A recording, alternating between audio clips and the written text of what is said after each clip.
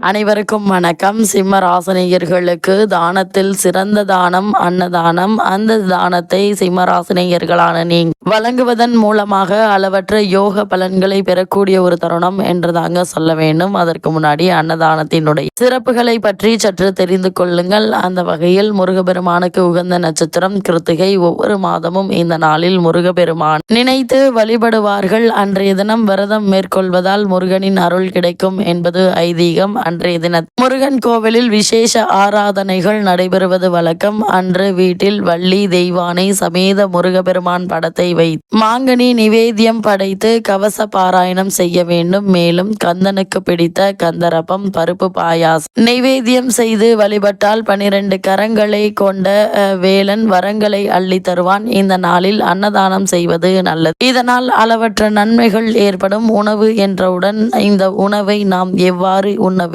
என்று பார்க்கும்போது நொறுங்க தின்றால் 100 வயது என்பார்கள். எனவே நன்றாக மென்று சாப்பிட வேண்டும். பசிக்காத நேரத்தில் சாப்பிடக்கூடாது. கவலை தூக்கம் கோபம் ஏற்படும் போது உணவு உண்ணக்கூடாது. உண்ணும் உணவை மகிழ்வோடு உண்ண வேண்டும். கையை ஊன்றிக்கொண்டு காலை நீட்டிக்கொண்டும் சாப்பிடக்கூடாது. விருந்தில் தலைவாழை இலை போட்டு இடது ஓரத்தில் உப்பு வைத்த பிறகு கூட்டு பொரியல் பச்சடி மசியல் மண்டி பிறகு வறுத்த பதார்த்தங்கள் சிறிதளவு ஊறுகாய் வைப்பார்கள். வலது கை பக்கம் உள்ளதெல்லாம் நாம் கூடுதலாக சாப்பிட வேண்டும். அவை அனைத்தும் உடலுக்கு ஏற்றுக்கொள்ளும் உணவாகும். இடது கை பக்கம் உள்ளதெல்லாம் எண்ணெய் சேர்த்த பதார்த்தம் என்பதால் குறைவாக சாப்பிட வேண்டும். உணவில் சிறிதளவு நெய் சேர்ப்பது நினைவாற்றலை அதிகரிக்க செய்யும். இவ்வாறு சிம்மராசினியர்களான நீங்கள் அன்னதானம் வழங்குவதன் மூலமாக உங்களுக்கு மட்டுமல்லாமல் உங்களுக்கு பிறகு வரக்கூடிய 7 தலைமுறைகளின் சாபங்கள் நீங்கி பல முன்னேற்றங்கள் உங்களுடைய வாழ்வில் ஏற்படும் என கூறப்படுகிறது.